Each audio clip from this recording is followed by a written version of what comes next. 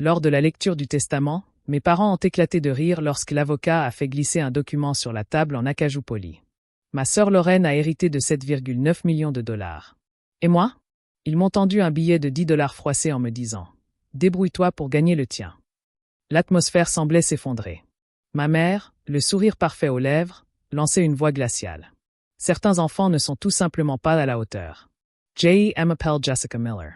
À 29 ans, je pensais m'être habituée à leur cruauté, à toutes ces années où j'étais le parent pauvre, la source de déception, celle qui ne rentrait jamais dans le moule. Mais à cet instant précis, la honte m'a consumée comme une traînée de poudre. L'avocat s'est alors raclé la gorge. Il a pris une enveloppe scellée. L'écriture de mon grand-père s'y déroulait. C'était, a-t-il dit, sa dernière lettre. L'atmosphère s'est figée. Le sourire de ma mère est resté figé jusqu'à ce que, quelques secondes plus tard, son cri déchire la pièce. J'aimerais pouvoir dire que ce moment au cabinet d'avocat était la première fois que mes parents m'humiliaient, mais ce n'était pas le cas. C'était tout simplement l'apogée d'une vie de petites blessures. Chacune d'elles me rappelait que je ne serais jamais leur enfant chéri. Chez les Miller, l'apparence était primordiale. Mon père, Charles, avocat d'affaires, mesurait la réussite au montant de son salaire et à la coupe impeccable de son costume. Ma mère, Evelyne, se comportait comme si le monde entier lui devait son admiration. Ensemble, ils cultivaient l'image de la famille de banlieue parfaite, une maison impressionnante, des vacances de luxe, des portraits de famille soigneusement mis en scène et encadrés de vernis brillant. Mais derrière ces murs se cachait une hiérarchie. Et à son sommet trônait ma sœur, Lorraine. De 3 ans mon aînée, elle incarnait tout ce que mes parents appréciaient. Brillante, ambitieuse et d'un charme naturel. Elle était la meneuse de claque, l'élève d'honneur, celle qui pouvait entrer dans n'importe quelle pièce et susciter l'admiration sans effort. Lors des réunions de famille, les conversations tournaient autour de ses stages, de ses excellentes notes, de son avenir prometteur. Mes parents applaudissaient bruyamment, leur fierté grandissant à chaque réussite. Moi aussi. J'étais la discrète qui préférait dessiner, prendre des notes et faire du bénévolat au refuge animalier du coin plutôt que de jouer au tennis au club de golf. Pendant que Lorraine étudiait l'économie, je me plongeais dans les manuels de sciences environnementales.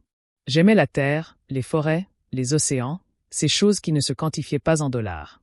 Mais aux yeux de mes parents, une passion sans profit n'était qu'un passe-temps, une distraction.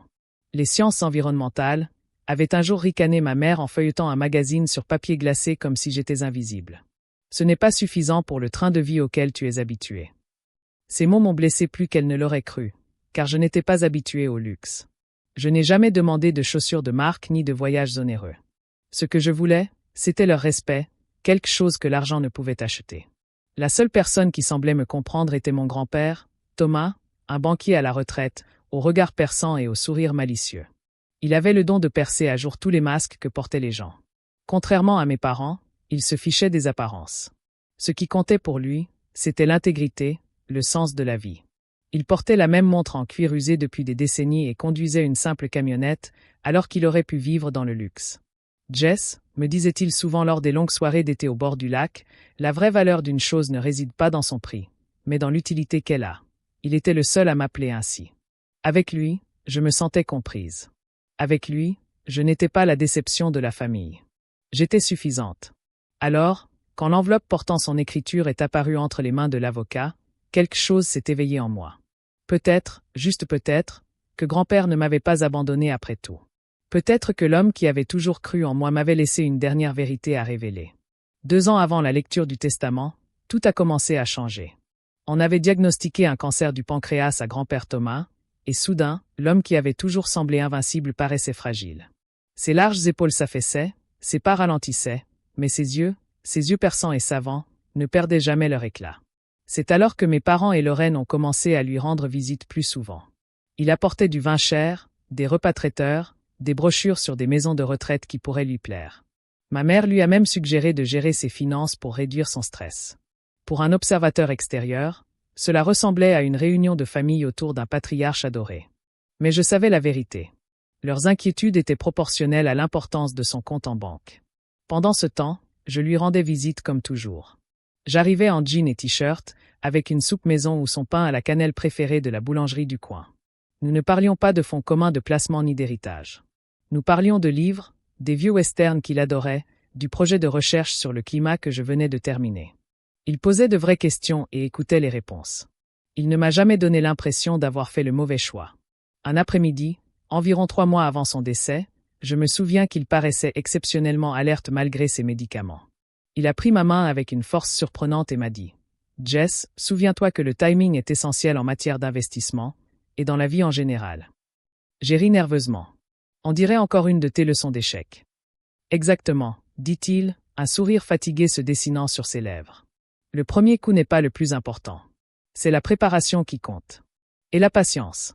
La patience est une récompense en soi. Il y avait quelque chose dans son ton qui me mettait mal à l'aise.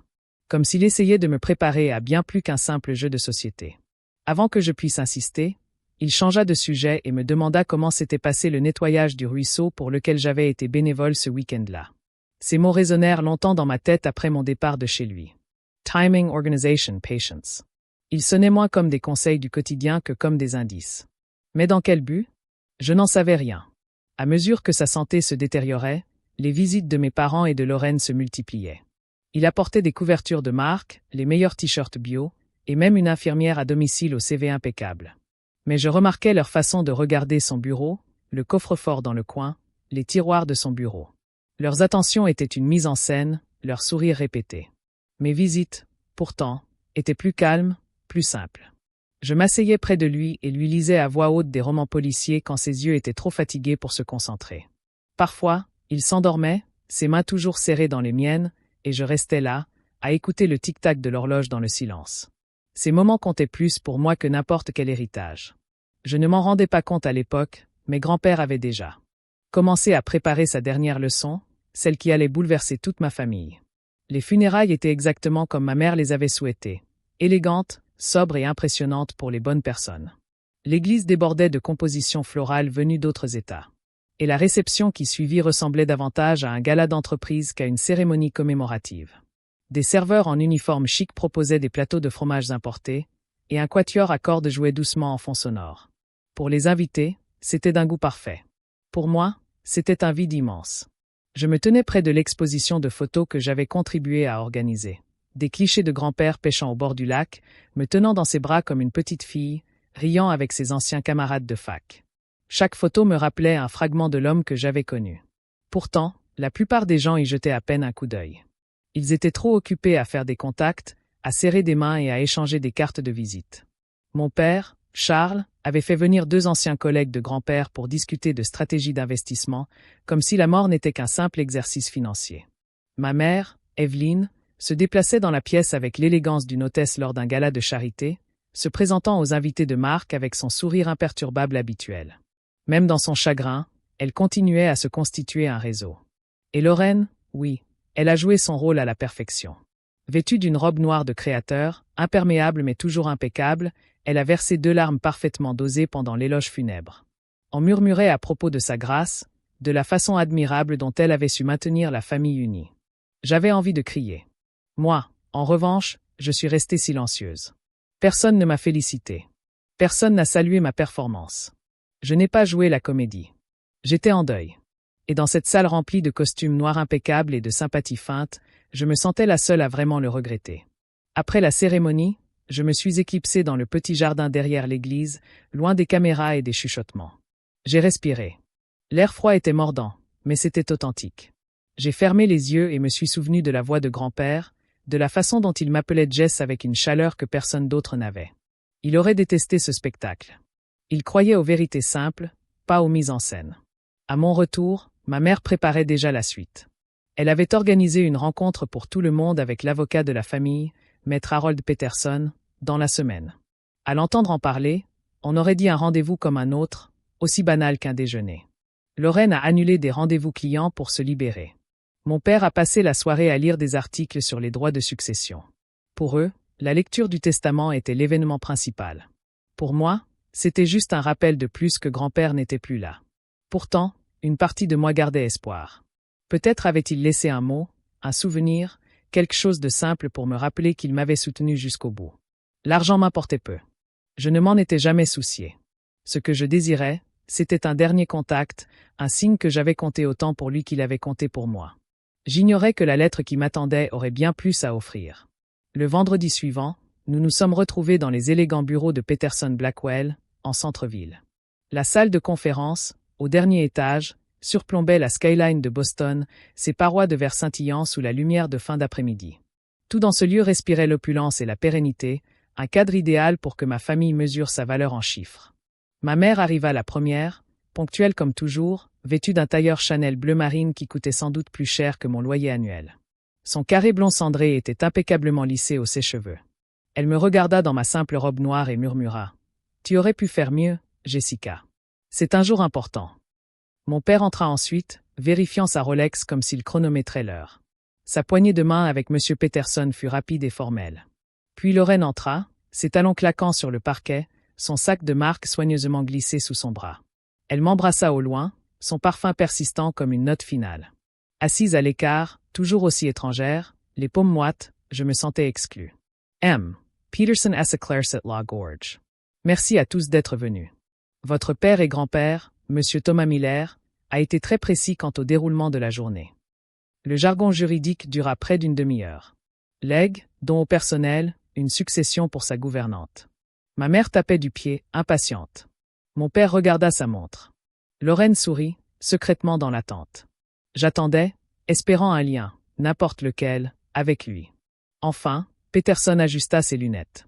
Passons maintenant à la demeure principale. Il regarda mes parents droit dans les yeux. À Evelyn et Charles Miller, Thomas lègue sa résidence principale à Beacon Hill et sa maison de vacances à Palm Beach. Les yeux de ma mère pétillaient, son sourire était le plus sincère que j'ai vu de toute la semaine. À Lorraine Miller, poursuivit Peterson. Il lègue la somme de 7,9 millions de dollars à placer en fiducie selon les modalités et conditions stipulées. Lorraine laissa échapper un petit cri, pressant une main manucurée contre sa poitrine. Mon père approuva d'un signe de tête. Ma mère serra la main de Lorraine, des larmes de triomphe brillant dans ses yeux. Puis Peterson nous regarda, Jessica Miller et moi. Sa voix s'adoucit légèrement. Il lègue la somme de 10 dollars. Unsilenced de Mort Essenstalla. La chaleur me monta aux joues, ma vision se brouilla. 10 dollars, moins que le prix de la course en taxi jusqu'ici. Ma mère rompit le silence d'un rire strident. Oui, c'est révélateur, n'est-ce pas? Elle se laissa aller dans son fauteuil, son sourire dégoulinant de venin. Certains enfants ne sont vraiment pas à la hauteur. Je me mordis la joue si fort que j'en sentis le goût du sang. Lorraine se tortillait d'inconfort, même si l'éclat dans ses yeux ne s'éteignait jamais vraiment. Mon père secoua simplement la tête et me congédia comme toujours. Je voulais m'enfuir, échapper à la pitié dans le regard de M. Peterson, au triomphe sur les visages de mes parents. Mais la fierté me retenait à ma chaise. Je ne leur donnerais pas la satisfaction de me voir m'effondrer. Peterson s'éclaircit de nouveau la gorge. Et il dit prudemment, « Jessica recevra ceci. » D'une mallette en cuir, il sortit une épaisse enveloppe scellée. Mon nom, Jessica Miller, était écrit d'une écriture grasse et familière. L'écriture de mon grand-père. Il la déposa délicatement sur la table devant moi. Mes mains tremblaient lorsque je la pris, caressant l'encre du bout des doigts. L'atmosphère de la pièce changea. Le sourire de ma mère vacilla. Les yeux de mon père se plissèrent de suspicion. Lorraine se pencha en avant, la curiosité se lisant clairement sur son visage. Cette enveloppe, poursuivit Peterson, ne doit être ouverte qu'après la fin de la procédure d'aujourd'hui. D'après les instructions de M. Miller, le contenu de cette enveloppe appartenait directement à Jessica et devait être respecté comme tel. Un frisson me parcourut, 10 dollars et cette enveloppe. Était-ce vraiment son cadeau? Pour la première fois de la journée, je relevai le menton et croisai le regard de ma famille. Ils me considéraient peut-être comme une bonne à rien, mais pas grand-père. Quoi qu'il y ait dans cette enveloppe, j'en étais sûr. Ce n'était pas la fin, mais le début. M. Peterson baissa la lumière. Un léger bourdonnement emplit la salle de conférence tandis qu'un écran tombait du plafond. Après un bref éclair de parasite, le visage de mon grand-père apparut. Je poussai un cri d'effroi. Il paraissait plus maigre, la maladie l'avait rongé. Mais ses yeux perçants et pétillants, étaient exactement comme dans mon souvenir.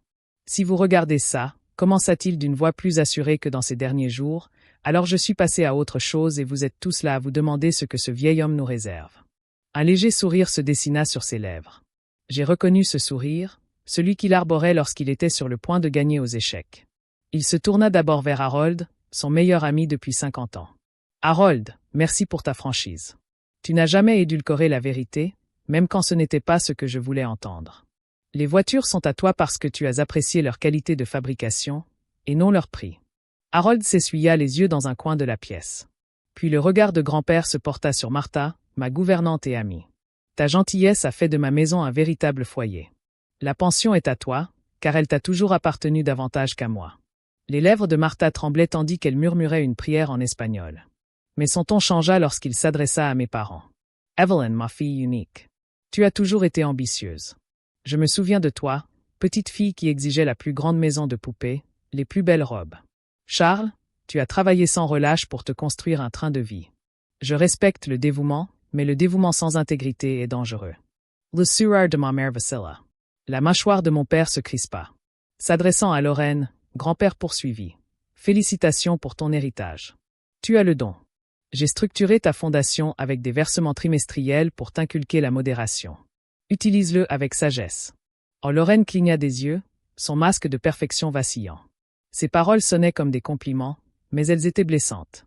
Finalement, il regarda droit dans la caméra. Moi, Jessica, ma Jess, tu vois ce qui manque aux autres, tu l'as toujours vu. Depuis l'instant où tu as remarqué le nid d'oiseau dans le chêne, personne d'autre n'a remarqué à quel point tu prenais soin des autres sans rien attendre en retour. Souviens-toi de ce que je t'ai dit. Le timing est crucial. La patience est essentielle. La vraie richesse ne se mesure jamais en dollars. Ma gorgeous Sarah. Pas plus loin. Il m'a vu. Puis grand-père se pencha en avant, le regard perçant. Mon testament peut sembler injuste, voire cruel. Mais il y a plus à l'histoire. J'ai prévu une série de tâches à accomplir. Ce ne sont pas des jeux, mais des leçons. Des leçons de caractère. Mon père se moqua intérieurement de lui-même. Ma mère le fit taire d'un coup de coude. Monsieur Peterson a pour instruction de remettre des lettres scellées à des heures précises. Chaque instruction doit être suivie à la lettre. Toute tentative de contester ce testament ou d'y interférer entraînera le transfert immédiat de tous mes biens, chaque dollar, chaque propriété, chaque investissement, à la Fondation Thomas Miller pour la conservation de l'environnement. Le silence était assourdissant. Le souffle court de ma mère le brisa. C'est absurde, murmura-t-elle, le visage blême. La voix de grand-père, imperturbable, reprit. Jessica, l'enveloppe que tu as reçue contient la clé de ma maison au bord du lac. À l'intérieur, tu trouveras la première marche. Tu dois y aller seul. Souviens-toi que les apparences sont trompeuses. Parfois, 10 dollars peuvent valoir plus que des millions. L'écran devint noir. Personne ne dit un mot. M. Peterson s'éclaircit la gorge. Il déclara, tous les bénéficiaires doivent respecter les conditions de M. Miller. Toute violation déclenchera l'application de la clause relative aux dons résiduels. Mon père grommela un juron entre ses dents. La main de ma mère tremblait en serrant son sac à main. Lorraine me regarda, une lueur d'inquiétude dans les yeux. Je restai figé, l'enveloppe lourde sur mes genoux. 10 dollars et une clé. Ma famille avait ri. Ma mère avait ricané. Mais maintenant, la peur brillait dans ses yeux. Et pour la première fois, ce n'était pas moi qui avais honte. C'était moi qui détenais le pouvoir. Un pouvoir que je n'avais pas demandé, mais un pouvoir tout de même. Le trajet jusqu'à la maison au bord du lac dura 2 heures, mais chaque kilomètre me plongeait un peu plus dans mes souvenirs. Je ne cessais de regarder l'enveloppe scellée sur le siège passager. L'écriture de mon grand-père s'étalait sur le devant. J'avais une envie irrésistible de l'ouvrir, mais sa voix résonnait dans ma tête. Patience. Jess, le timing est essentiel. Là! Silhouette de la ville s'estompa pour laisser place aux routes de campagne sinueuses, l'air embaumé de fleurs de pin. Je me suis souvenu des étés passés ici, enfant, quand grand-père m'apprenait les constellations sous un ciel sans pollution lumineuse. Quand les matins commençaient par la pêche. Les cannes à pêche et les histoires au coin du feu s'achevaient. Ces souvenirs m'apaisaient, me rappelant que cet endroit était bien plus qu'une simple propriété. C'était le cœur de son être. Lorsque j'atteignis l'allée de gravier, le soleil déclinait, teintant le lac de reflets dorés. La cabane était exactement comme dans mon souvenir. Du bois patiné, une large véranda, des cannes à pêche appuyées contre le mur. Elle semblait intacte, comme si grand-père était simplement sorti faire quelques courses et allait revenir d'une minute à l'autre. Je me garai, serrai l'enveloppe contre moi et pris une profonde inspiration avant de sortir. Mais le bruit des moteurs derrière moi brisa le silence. Je me retournai juste à temps pour voir la Mercedes noire de mes parents et la BMW argentée de Lorraine arriver. Surprise, s'écria Lorraine, trop heureuse, en sortant, ses talons s'enfonçant légèrement dans le gravier. On s'est dit que tu aurais peut-être besoin d'aide. Mon estomac se noua. La lettre disait que je venais seul. Mon père ajusta sa cravate comme s'il se rendait à une réunion du conseil d'administration. Peterson confirma que nous pourrions le rejoindre après. Ouvrez la porte en premier. Jessica. Alors on peut t'aider. T'aider, ai-je répété d'un ton neutre. Ou superviser. Les lèvres de ma mère se sont étirées en un sourire crispé. Ne fais pas tout un drame. C'est une affaire de famille. Nous sommes tous concernés. Leurs paroles m'ont blessé. Non pas parce qu'elles étaient vraies, mais parce qu'elles révélaient tout. Ils n'étaient pas là pour moi. Ils étaient là pour la richesse ou les secrets que grand-père avait cachés. Je n'ai pas insisté. Au lieu de cela, je suis allé à la porte d'entrée et j'ai inséré la clé dans la serrure. Elle s'est ouverte avec un clic qui m'a serré le cœur. Dès que la porte s'est ouverte, l'odeur m'a frappé. Du pain, de vieux livres et une légère trace de l'après-rasage de grand-père. C'était comme entrer dans une capsule temporelle. Le salon était figé, ses lunettes de lecture sur la table d'appoint, un roman policier à moitié terminé encore étiqueté, du matériel de pêche appuyé contre un mur. Pendant un instant, je suis resté là, bouleversé. Puis le claquement de talons aiguilles a brisé le charme.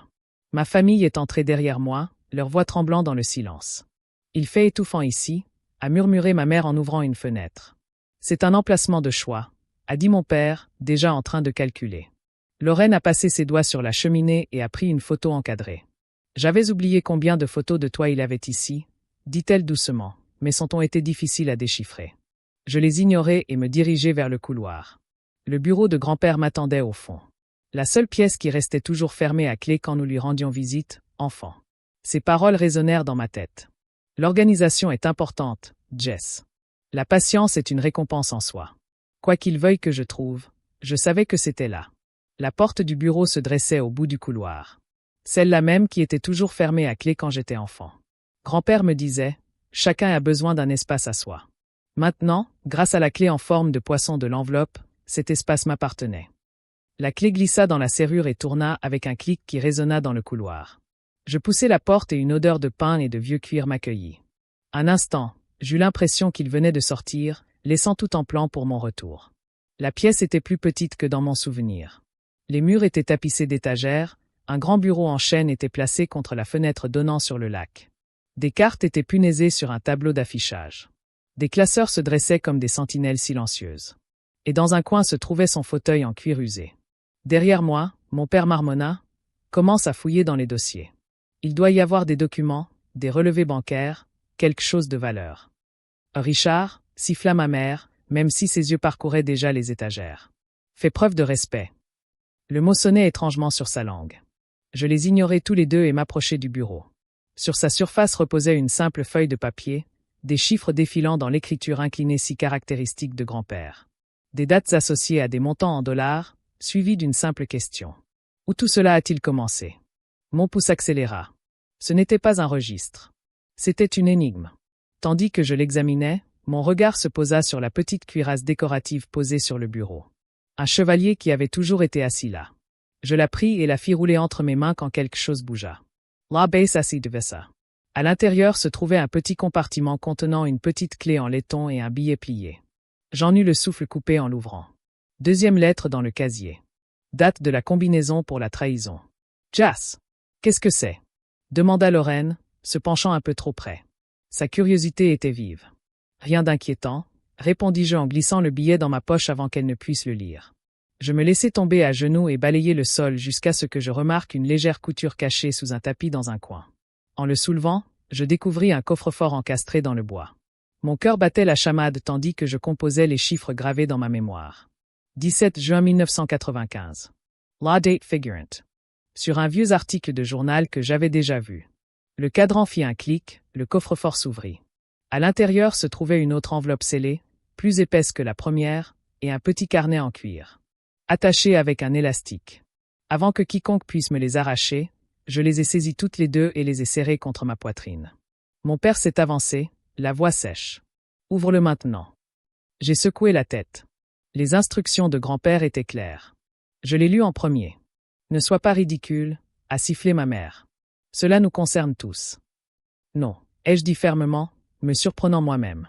Cela me concerne. Il a écrit mon nom. Il me faisait confiance. Pendant un instant, personne n'a rien dit. Les yeux de mes parents brûlaient de colère. Ceux de Laurence exprimaient quelque chose de plus complexe. De la peur, peut-être même du doute. Mais pour la première fois depuis des années, je me sentais sereine. La vérité était là, entre mes mains. Et je n'allais pas les laisser me la prendre. Je n'ai pas fermé l'œil de la nuit. Dans la petite auberge au bord du lac, j'ai étalé le contenu de l'épaisse enveloppe sur mon lit, des livres de finances, de vieux articles de journaux et une dernière lettre écrite de la main tordue de mon grand-père. Ces mots m'ont transpercé avec la même clarté qu'à l'ordinaire. Jess, maintenant tu connais la vérité. La richesse est, non pas en millions, mais dans ce que nous choisissons d'en faire. J'ai vu les failles dans cette famille. L'ambition sans intégrité, les apparences trompeuses. Le choix final vous appartient. Le pardon est facultatif. La sagesse est indispensable. Ce matin-là, je savais ce que je devais faire. Lorsque nous nous sommes retrouvés à la maison du lac cet après-midi-là, M. Peterson est arrivé avec un notaire et 2 témoins. Mes parents étaient assis raides sur le canapé, encore habillés comme s'il assistait à une réunion du conseil d'administration, tandis que Lorraine s'attardait au bord de la pièce, le regard incertain. Peterson s'est adressé à nous tous. En tant que PDG, je dois confirmer la dernière clause de la succession de Thomas Miller. Jessica est l'unique administratrice de la fondation. Elle peut engager des poursuites judiciaires concernant la fraude qu'elle a découverte. Ou elle peut mettre en œuvre le plan successoral tel qu'il a été structuré, en mettant l'accent sur la supervision éthique et le service communautaire. Mon père était furieux. Une fraude. C'est scandaleux. Le regard de Peterson était froid. Les documents parlent d'eux-mêmes, Charles. Les enregistrements aussi. Un silence s'ensuivit. Tous les regards se tournèrent vers moi. Pour la première fois depuis. Je n'ai pas bronché sous leur regard scrutateur. J'ai pris une grande inspiration. Je ne traînerai pas cette famille devant les tribunaux ni dans les journaux. Grand-père ne cherchait pas à punir, mais à transmettre un message. J.E. Choices the honor as a vision. La fondation continuera sous ma direction, à des conditions strictes, transparence, dévouement et honnêteté. Ma mère rougit. Tu veux dire que tu hérites de tout? J'ai secoué la tête. Pas de tout, juste de la responsabilité. Two guards las Masons. Lorraine conserve son fonds de fiducie. Mais j'ai l'héritage, et j'ai l'intention de l'utiliser à bon escient. La voix de Lorraine a brisé le silence. Je l'accepte. Tout. J'en ai assez de faire semblant, maman. C'est juste. L'atmosphère changea. Pour une fois, mes parents restèrent sans voix. M. Peterson signal last documents finos. Son expression était indéchiffrable. Puis le calme revint. Jessica Miller est la principale administratrice de la fondation Thomas Miller. Tandis que les témoins partaient, je suis sorti sur le porche. Le lac scintillait sous le soleil de fin d'après-midi, comme dans mon enfance. Je serrais contre moi la lettre de grand-père. L'encre un peu tachée par mes larmes. Derrière moi, ma famille se disloquait. Devant moi s'ouvrait un nouveau chapitre, bâti non sur les apparences, mais sur un but précis. Pour la première fois, je me sentais